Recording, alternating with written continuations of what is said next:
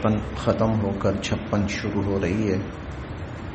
آیت نمبر 55 ختم ہو کر 56 شروع ہو رہی ہے. اعوذ باللہ من الشیطان الرجیم. بسم اللہ الرحمن الرحیم. وَيَحْلِفُونَ بِاللَّهِ إِنَّهُمْ لَمِنْكُمْ وَمَا هُمْ مِنْكُمْ وَلَكِنَّهُمْ قَوْمٌ يَفْرَقُونَ. وَيَحْلِفُونَ، اور یہ منافقین قسمیں کھاتے ہیں، باللہ، اللہ کی. وَيَحْلِفُونَ بِاللَّهِ، اور یہ اللہ کی قسمیں کھاتے ہیں، انہم، کہ بے شک یہ، لمنکم، تم میں سے ہی ہیں. وَيَحْلِفُونَ بِاللَّهِ، اور یہ اللہ کی قسمیں کھاتے ہیں کہ انہم، کہ بے شک یہ، لمنکم، تم میں سے ہی ہیں. وما، حالانکہ نہیں ہے، ہم، یہ لوگ، منکم، تم میں سے. وما ہم منکم، حالانکہ یہ لوگ تم میں سے نہیں ہیں. ولکنہم، بلکہ یہ قوم، لوگ ہیں، یفرقون، بزدل. ولکنہم قوم یفرقون، بلکہ یہ تو بڑے ہی بزدل لوگ ہیں. یہ منافقین قسمیں کھاتے ہیں اللہ کی کہ یہ تم میں سے ہی ہیں. وما ہم منکم، حالانکہ یہ تم میں سے نہیں ہیں. ولکنہم قوم یفرقون، بلکہ یہ تو بزدل، ڈرپوک لوگ ہیں. لو یجدون، اگر یہ پاتے، ملجأن، کوئی جائے پناہ، اگر یہ کوئی جائے پناہ پاتے، او مغارات، یا کوئی غار پاتے، او مدخلا، یا کوئی گھس جانے کی جگہ پاتے، کوئی ان کو ایسی جگہ ملتی کہ اس میں گھس جائیں. لولوا الیہ، تو یہ بھاگ کے جاتے اس کی طرف، وہم یجمعون، رسیاں توڑاتے ہوئے. یہ رسیاں توڑاتے ہوئے بھاگ کر وہاں جاتے. ان دو آیات کا خلاصہ یہ ہے کہ یہ لوگ جو تمہارے درمیان موجود ہیں نا، اس کی وجہ یہ ہے کہ ان کو کہیں جانے کی جگہ نہیں ملی. اگر ان کو کہیں کوئی جائے پناہ مل جاتی، اگر ان کو کوئی غار مل جاتا، اگر ان کو کوئی گھس جانے کی جگہ ملتی تو یہ تمہیں چھوڑ کے بھاگ جاتے. یہ تمہارے ساتھ اس لیے نہیں ہے کہ ایمان والے ہیں، بلکہ اس لیے ہے کہ ان کو کوئی ایسی جگہ نہیں مل رہی کہ بھاگ کے وہاں جا سکیں. اس لیے یہ کوئی بہادر لوگ نہیں ہیں، یہ بزدل ہیں. اور یہ جو قسمیں کھاتے ہیں نا، یہ قسمیں صرف اور صرف اپنے آپ پر پردہ ڈالنے کے لیے کھاتے ہیں، اس لیے نہیں کھاتے کہ یہ واقعتاً کوئی صاحب ایمان لوگ ہیں. وَمِنْهُمْ، اور ان میں سے، من، وہ بھی ہیں، یلمزوک، جو آپ پر الزام لگاتے ہیں، فی الصدقات، صدقات کی تقسیم میں. یلمزوک فی الصدقات، جو صدقات کی تقسیم میں آپ پر الزام لگاتے ہیں. فَإِن، بس اگر، اعطوا، ان کو دے دیا جائے، منہا، اس میں سے، رضو، پھر یہ خوش ہیں، پھر یہ راضی ہیں، اور پھر یہ خوش ہیں. وَإِن، اور اگر، لم یعطوا، اور اگر ان کو نہ دیا جائے، منہا، اس میں سے، وَإِن لَمْ يُعْطَوْا مِنْهَا، اگر ان کو اس میں سے نہ دیا جائے، اذا ہم، تو پھر یہ، یسخطون، ناراض ہو جاتے ہیں. مال غنیمت کی تقسیم کے وقت یا اور صدقات کی تقسیم کے وقت حضور علیہ الصلوۃ والسلام ظاہر ہے کسی نہ جس کو بھی دیتے تھے اس کی حیثیت کو سامنے رکھتے ہوئے یا اس کی محنت کو سامنے رکھتے ہوئے. اگر مجاہدین میں تقسیم فرماتے تھے تو ان مجاہدین کے مقام اور مرتبے کو سامنے رکھتے ہوئے، اور عام اوقات کے اندر صدقات تقسیم کرتے تھے تو مستحق کو سامنے رکھتے ہوئے. ان کی خواہش ہوتی تھی کہ ہمیں بہت سارا ملے. اب ان کو جب نہیں ملتا تھا ان کی مرضی کا، تو پھر یہ حضور علیہ الصلوۃ والسلام پر الزام لگاتے تھے کہ آپ ناانصافی کرتے ہیں، آپ ناانصافی کرتے ہیں. ہم چوتھے پارے میں بھی پڑھ کے آئے تھے وَمَا كَانَ لِنَبِيٍّ أَن يَغُلَّ، نبی خیانت یا ناانصافی نہیں کر سکتے. اور یہاں پر بھی اللہ پاک نے ان کا یہ مکروہ چہرہ ایمان والوں کے سامنے پیش کیا ہے کہ جو منافقین ہیں، دیکھو ان کو اپنی پسند کی چیز مل جائے تو ٹھیک ہے، نہ ملے تو یہ نبی کی ذات پر بھی الزام لگانے سے نہیں چوکتے. وَمِنْهُمْ مَن يَلْمِزُكَ فِي الصَّدَقَاتِ، اور ان میں سے وہ بھی ہیں جو صدقات کی تقسیم میں آپ پر الزام لگاتے ہیں. فَإِنْ أُعْطُوا، بس اگر ان کو دے دیا جائے، منہا اس میں سے، رضو، تو پھر یہ بڑے خوش ہیں. وَإِن لَّمْ يُعْطَوْا مِنْهَا، اور اگر ان کو اس میں سے نہ دیا جائے، اِذَا هُمْ يَسْخَطُونَ، تو پھر یہ ناراض ہو جاتے ہیں. وَلَوْ اور اگر انہم، بے شک یہ لوگ، رضو، راضی رہتے، ما، جو، آتاہم اللہ، اللہ نے ان کو دیا، ورسولہ، اور اس کے رسول صلی اللہ علیہ وسلم نے، اگر یہ اس پہ راضی رہتے جو اللہ نے ان کو دیا اور اللہ کے رسول نے ان کو دیا، وقالو، اور یہ کہتے، حسبنا اللہ، ہمارے لیے اللہ کافی ہے، سیؤتینا، ہمیں دیں گے، اللہ من فضلہ، اپنے فضل سے، اللہ ہمیں اپنے فضل سے نوازیں گے اور اپنے فضل سے دیں گے، ورسولہ، اور اللہ کے رسول ہمیں دیں گے. اگر یہ لوگ یہ کہتے، انا، بے شک ہم تو، اللہ، اللہ کی طرف، راغبون، متوجہ ہونے والے، یہ لوگ یہ کہتے تو یہ ان کے حق میں بہتر تھا کہ ہمیں جو اللہ نے دیا ہے اور اللہ کے رسول نے دیا ہم اس پر راضی ہیں، اور اللہ کا رسول ہمیں اور دیں گے، ہم اللہ ہی کی طرف راغب ہوتے ہیں، متوجہ ہوتے ہیں. یہ کہتے تو ان کے لیے بہت بہتر تھا، بجائے اس کے کہ حضور علیہ الصلوۃ والسلام پر ناانصافی کا الزام عائد کرنا. انما الصدقات، اب اللہ تعالی یہاں پر صدقات کن لوگوں کا حق ہیں وہ بیان فرما رہے ہیں. اب یہ جو صدقات کے مصارف بیان فرما رہے ہیں تو اصلاً اس میں سب سے جو اہم چیز ہے وہ زکوٰۃ ہے، کیونکہ صدقات میں صدقات واجبہ جو ہیں ان میں سب سے افضل اور اہم اور بڑی جو چیز ہے وہ زکوٰۃ ہے. پھر اس کے بعد نفلی صدقات بھی آ جاتے ہیں، لیکن زکوٰۃ اصل الاصول اور اہم ہے. تو کن لوگوں کو زکوٰۃ دی جا سکتی ہے، زکوٰۃ کے مستحق کون لوگ ہیں، زکوٰۃ کے مصارف کیا ہیں؟ اب اللہ پاک اس آیت میں ان لوگوں کا تذکرہ فرما رہے ہیں. انما الصدقات، بے شک صدقات، للفقراء، فقیروں کے لیے ہیں، فقیر، والمساکین، اور مسکینوں کے لیے ہیں. یہ دو اصطلاحات اللہ تعالی نے بیان فرمائی، فقیر اور مسکین. فقیر کہتے ہیں اس شخص کو جس کے پاس کچھ بھی نہیں.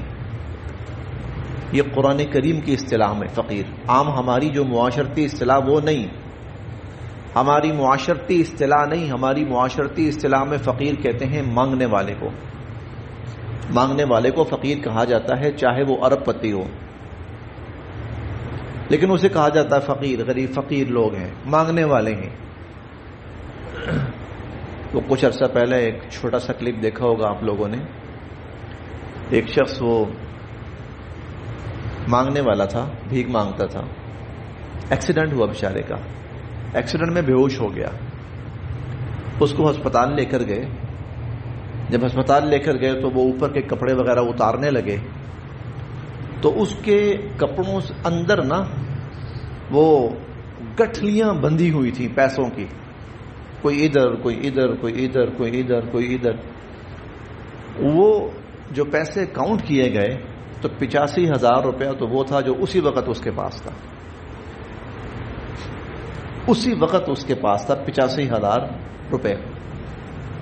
تو باقی آگے پیچھے ہمارے ہاں ان کو فقیر کہا جاتا ہے. یہ فقیر نہیں ہے، یہ بزنس مین ہے، کاروباری لوگ ہیں. یہ میجورٹی میں بات کر رہا ہوں، 95% یہ کاروبار ہے، یہ بزنس ہے ان کا. چنانچہ اس کے لیے وہ مختلف اپنے حلیے بھی بناتے ہیں، کہیں کس طرح کہیں کس طرح. یہ کاروباری لوگ ہیں، یہ پروفیشنل لوگ، یہ ان کا بزنس ہے. یہ اس لیے آپ ان کو برا بھلا کہیں، آپ ان کو ماریں، انہیں کوئی فرق نہیں پڑے گا. وہ کہتے ہیں کاروبار میں محنت تو کرنی پڑتی ہے نا، 4 باتیں بھی سننی پڑتی ہیں. کسٹمر کی نہیں 4 باتیں سن لیتے آپ. قرآن کی اصطلاح میں فقیر اسے کہتے ہیں جس کے پاس واقعتاً کچھ نہیں، گھر کا کھانا بھی نہیں. مثال کے طور پر آج کل یہ جو لوگ بے گھر ہو گئے، گھر ڈوب گیا، فصلیں تباہ ہو گئی، وہ کہیں کسی چوراہے پر، کسی سڑک پر، کسی بے یار و مددگار پڑا ہے، یہ فقیر ہے. اگلا ہے مسکین. مسکین کہتے ہیں وہ جس کے پاس کچھ نہ کچھ ہے لیکن اس میں اس کی جو اصل ضروریات ہیں وہی پوری نہیں ہوتی. اس کی اصل جو ضروریات ہیں وہی پوری نہیں ہوتی. تو سب سے پہلے زکوٰۃ کے مستحق فقراء ہیں اور والمساکین، اور اس کے بعد مسکین ہیں. والعاملین علیہا، اور زکوٰۃ وصول کرنے پر مامور، جو لوگ زکوٰۃ وصول کرنے پر مامور ہیں ان کو بھی زکوٰۃ دی جا سکتی ہے. حضور علیہ الصلوۃ والسلام کے زمانے میں زکوٰۃ وصول کرنے کے لیے صحابہ کرام گھروں میں جاتے تھے اور زکوٰۃ وصول کرتے تھے. یہ جو لوگ ہوتے تھے جن کا کام یہی تھا، ان کو بھی زکوٰۃ دی جا سکتی ہے. والمؤلفۃ قلوبہم، اور جن کی تالیف قلب مقصود ہے. تالیف قلب، تالیف قلب کا مطلب جن کے دلوں کو اسلام کے ساتھ مانوس کرنا مقصود ہے. وہ مسلمان جو نئے نئے مسلمان ہوئے، وہ لوگ جو نئے نئے مسلمان ہوئے اور ان کی مالی حالت بہت اچھی نہیں بھی ہوتی تھی، تو ان کو اسلام پر قائم رکھنے کے لیے ان کی مدد، ان کی اعانت، ان کی نصرت وہ زکوٰۃ میں سے کی جا سکتی ہے.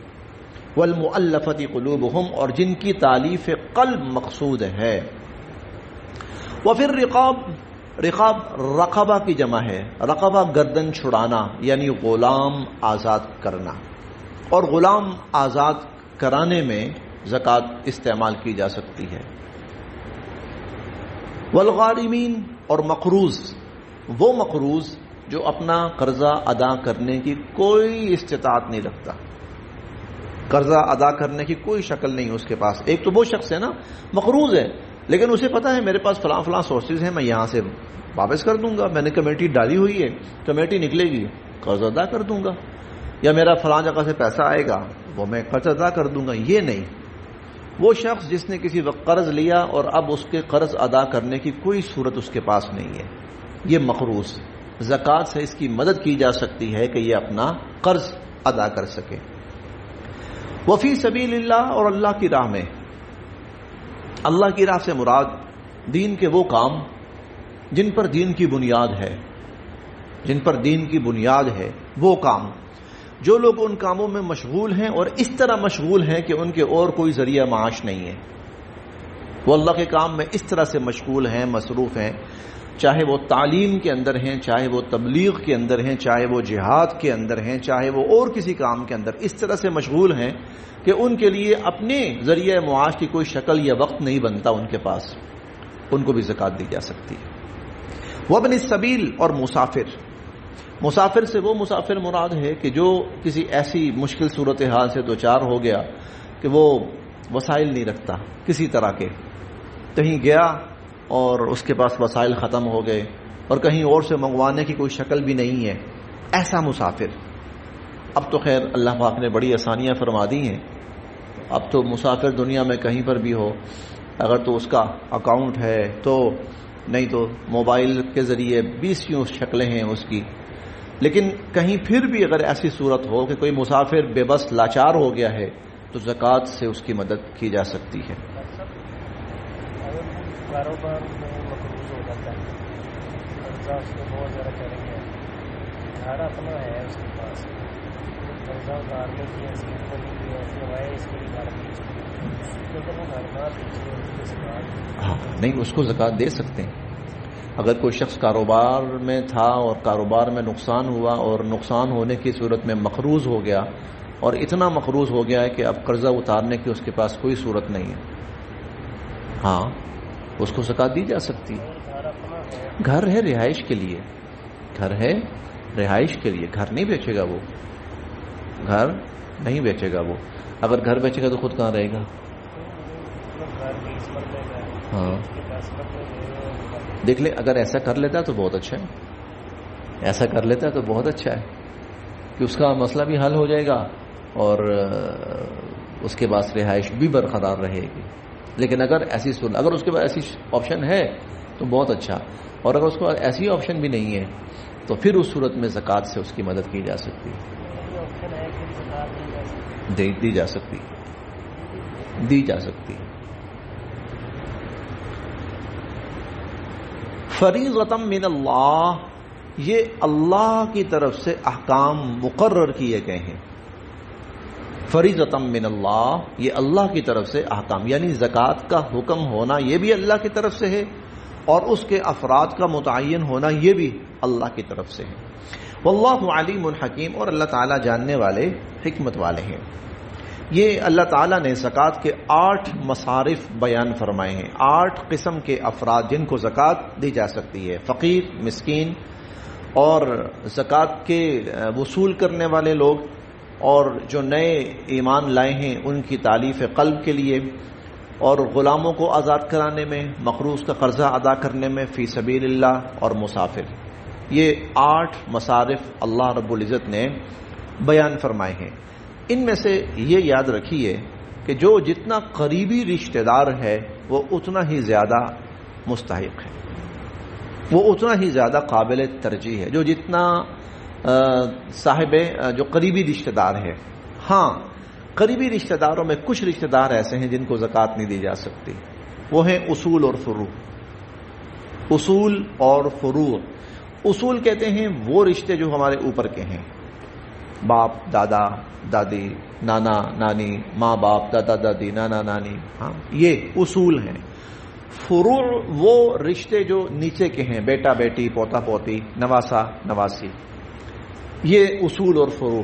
اسی طرح میاں بیوی ایک دوسرے کو زکوٰۃ نہیں دے سکتے۔ اس کے علاوہ جتنے رشتہ دار ہیں، بہن بھائی، خالہ، ماموں، چچا، پھوپھا، خالہ زاد بھائی بہنیں وغیرہ، یہ نہ صرف یہ کہ مستحق ہیں بلکہ یہ اولی طور پر مستحق ہیں، یہ قابل ترجیح ہیں۔ پہلے ان کو ترجیح دی جائے، جو رشتہ دار ہیں، جو قریبی عزیز ہیں، جن کا قریبی رشتہ ہے، پہلے وہ مستحق ہیں، پہلے ان کو زکوٰۃ دی جائے۔ اور اسی طرح ایک ہیں سادات، ان کو زکوٰۃ دینا جائز نہیں ہے۔ صاحب حیثیت، سادات، اصول اور فروع، میاں بیوی، باقی جو لوگ اس پر پورا اترتے ہوں ان کو زکوٰۃ دی جا سکتی ہے۔ وَمِنْهُمُ الَّذِينَ، وَمِنْهُمْ، اور ان میں سے، الَّذِينَ وہ لوگ بھی ہیں، يُؤْذُونَ جو ایذا پہنچاتے ہیں، تکلیف پہنچاتے ہیں، النبی، نبی پاک صلی اللہ علیہ وسلم کو، جو حضور علیہ الصلوۃ والسلام کو تکلیف پہنچاتے ہیں، وَيَقُولُونَ اور کہتے ہیں، ہوا اذن، یہ تو سراپا کان ہے، اذن کان، نرے کان ہیں یا سراپا کان ہے۔ ان میں سے وہ بھی ہیں جو نبی صلی اللہ علیہ وسلم کو ایذا پہنچاتے ہیں اور کہتے ہیں یہ تو نرے کان ہیں یا سراپا کان ہے۔ یہ عربی کا محاورہ ہے، یہی چیز ہماری اردو میں بھی استعمال ہوتی ہے۔ وہ شخص جو ہر شخص کی بات سن کر یقین کر لے، ہماری اردو میں کہا جاتا ہے یہ تو کانوں کا بڑا کچا ہے، یہ کانوں کا بڑا کچا ہے، جو آدمی جو کہتا ہے یہ مان لیتا ہے۔ حضور علیہ الصلوۃ والسلام کے بارے میں یہ کہتے تھے، یہ کیوں کہتے تھے؟ اس لیے کہتے تھے، وہ کہتے تھے کہ جو مرضی سازشیں کرو، جو مرضی اسلام کے خلاف کرو، اگر حضور کے پاس بات گئی نا، ہم قسمیں کھا کھو کے یقین دلا دیں گے حضور کو، اور حضور ہماری بات سن کے مان لیں گے، مسئلہ ہی کوئی نہیں۔ جھوٹی کہانیاں گھڑ گھڑ کے سنا دیں گے، جھوٹی قسمیں، یہ ہمارے لیے کون سی بڑی بات ہے، جھوٹی قسمیں کھا کھو کے یقین دلا دیں گے۔ ہوا اذن، حضور تو الیاذ باللہ نرے کان ہیں، جو کہہ دو گے سن لیں گے، مان لیں گے۔ قل، آپ فرمائیے، اے نبی علیہ الصلوۃ والسلام آپ فرمائیے، اذن خیر لکم، یہ کان ہے نا یہ تمہارے حق میں سراپا خیر ہے، یہ جو کان ہے نا یہ تمہارے حق میں سراپا خیر ہیں۔ یؤمن باللہ، ایمان رکھتے ہیں اللہ پر، ویؤمن للمؤمنین، اور ایمان یقین کرتے ہیں ایمان والوں کی بات کا، یقین کرتے ہیں ایمان والوں کی بات کا، ورحمۃ، اور باعث رحمت ہیں، للذین، ان لوگوں کے لیے، آمنوا منکم، جو تم میں سے ایمان والے ہیں۔ اگر وہ تمہاری بات سن کر نا خاموشی اختیار کرتے ہیں، درگزر کرتے ہیں، تو اس کی وجہ آپ کی رحمت اور شفقت ہے، اس کی وجہ یہ نہیں ہے کہ خدا نخواستہ ہر کسی کی جو بات سنی وہ یقین کر لیا، نہیں، ایسا نہیں ہے۔ پتہ ہوتا ہے، حضور علیہ الصلوۃ والسلام کو پتہ ہوتا ہے کہ کون سچا ہے اور کون جھوٹا ہے۔ دیکھیں ہم ابھی 9ویں پارے میں پڑھ کے آئے، ان تتقوا اللہ، اگر تم تقوی اختیار کرو اللہ کا، یجعل لکم فرقانا، اللہ تمہیں حق اور باطل میں فرق کرنے کی صلاحیت دیں گے۔ حق اور باطل میں فرق کرنے کی صلاحیت، جھوٹ اور سچ میں فرق کرنے کی صلاحیت، صحیح اور غلط میں فرق کرنے کی صلاحیت اللہ تمہیں دیں گے۔ ایمان والا، ایک عام مسلمان، وہ جب اللہ کا تقوی اختیار کرتا ہے تو اللہ اسے یہ صلاحیت دیتے ہیں کہ وہ جھوٹ اور سچ پہچان لیتا ہے۔ یہی بات حضور علیہ الصلوۃ والسلام نے یوں بھی فرمائی، اتقوا فراست المؤمن، مومن کی دانائی، فراست سے بچو، کیونکہ وہ اللہ کے نور سے دیکھتا ہے۔ جب ایک عام انسان مسلمان کا یہ حال ہو سکتا ہے تو پھر نبی کا کیا مقام ہوگا؟ وہ تو محفل میں بیٹھے لوگوں کے تاثرات دیکھ کر دل کی حقیقت تک پہنچ جاتے تھے اور کہہ دیتے تھے، تم یہ کہہ رہے ہو نا، تم یہ کہہ رہے ہو نا، تمہارا یہ مقصد ہے نا۔ ایک ہے اللہ کی طرف سے غیب کی باتیں حضور کو بتا دی جاتی ہیں، ایک ہے اللہ کی طرف سے غیب کی باتیں حضور کو بتا دی جاتی ہیں، وہ تو بالکل سیپریٹ ایشو ہے، وہ تو اس سے متعلق ہی نہیں ہے۔ ایک ہے اگلے کے چہرے کو دیکھ کر اس کی حقیقت کو پہچان لینا، یہ حضور علیہ الصلوۃ والسلام کو کمال درجہ حاصل تھا۔ حضرت ابو ہریرہ رضی اللہ عنہ کہتے ہیں کہ ایک دفعہ نا مجھے بڑی بھوک لگی ہوئی، بےتاب بھوک سے میں بیٹھا ہوا ہوں، کیا کروں؟ اتنے میں دیکھا حضرت ابوبکر صدیق رضی اللہ عنہ آ رہے ہیں۔ کہتے ہیں کہ میں اٹھا اور ان کے پاس جا کر نا ایک دو مسئلے پوچھنے شروع کر دیے۔ میرا خیال یہ تھا کہ وہ شاید مجھے دیکھیں اور میری کیفیت سے پہچان لیں کہ مجھے بھوک لگی ہے تو مجھے بتا دیں، کچھ کھانے کو دے دیں۔ اٹھے، مسئلہ بیان کیا، ابوبکر صدیق رضی اللہ عنہ نے مسئلے کا حل بتایا، چلے گئے۔ تھوڑی دیر گزری ہے تو عمر رضی اللہ عنہ آئے، یہ اٹھ کے پھر گئے، ایک دو مسئلے شروع کیے، انہوں نے مسئلوں کا حل بتایا، چلے گئے۔ شاید حضرت عثمان بھی آئے، اس کے بعد حضور علیہ الصلوۃ والسلام آئے، اٹھے، مسئلہ پوچھنے لگے۔ آپ نے فرمایا ابو ہریرہ رہنے دے، بھوک لگی ہے نا، بیٹھ جائے گا۔ یہ حضور علیہ الصلوۃ والسلام، میں کہہ رہا ہوں وہ ایک بالکل الگ چیپٹر ہے کہ جو اللہ کی طرف سے وحی آتی تھی قیامت کے دن تک کیا ہوگا، وحی کے ذریعے بتایا گیا، وہ بالکل الگ چیز ہے۔ ایک یہ ہے کہ سامنے جو آدمی بات کر رہا ہے سچ بول رہا ہے یا جھوٹ بول رہا ہے، یہ میرے ساتھ مخلص ہے یا منافقت کر رہا ہے، وہ چہرہ دیکھ کر، اگلے بندے کے تاثرات دیکھ کر سمجھ آتے تھے، حقیقت تک پہنچ جاتے تھے۔ کیونکہ ایک عام انسان وہ کئی دفعہ حقیقت تک پہنچ جاتا ہے، اللہ کے نبی کیسے حقیقت سے دور رہ سکتے ہیں؟ تو قل اذن خیر لکم، آپ کہیے کہ حضور علیہ الصلوۃ والسلام کا سراپا کان ہونا یہ بہتر ہے تمہارے حق میں. یؤمن باللہ، وہ اللہ کی بات، اللہ پر ایمان رکھتے ہیں. وَيُؤْمِنُ لِلْمُؤْمِنِينَ، ایمان والوں کی بات کا یقین کرتے ہیں. وَرَحْمَةٌ لِّلَّذِينَ آمَنُوا مِنْكُمْ، اور تم میں سے جو ایمان والے ہیں ان کے لیے باعث رحمت ہیں.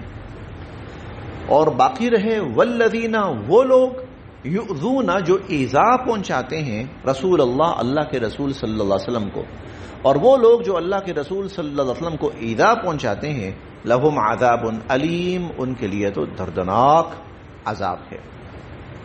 یحلفون باللہ، قسمیں کھاتے ہیں اللہ کی، لکم، تمہارے سامنے، لیرزوکم، تاکہ تمہیں خوش کر دیں، تمہیں راضی کر دیں، تمہیں خوش کریں. واللہ، جبکہ اللہ، ورسولہ، اور اس کا رسول، احق، زیادہ حق رکھتے ہیں، ان یرضوہ، کہ ان کو راضی کیا جائے. اللہ اور اللہ کا رسول زیادہ حق رکھتے ہیں کہ ان کو راضی کیا جائے. ان کانوا مؤمنین، اگر یہ ایمان والے ہیں تو. الم یعلموا، کیا یہ نہیں جانتے؟ الم یعلموا، کیا یہ نہیں جانتے؟ انہ، کہ بے شک، من یحادد اللہ، جو مخالفت کرتا ہے اللہ کی، ورسولہ، اور اس کے رسول صلی اللہ علیہ وسلم کی، فإن، تو بے شک، لہو، اس کے لیے، نار جہنم، جہنم کی آگ ہے. فإن لہو نار جہنم، اس کے لیے جہنم کی آگ ہے، خالدن فیہا، جس میں وہ ہمیشہ ہمیشہ رہے گا.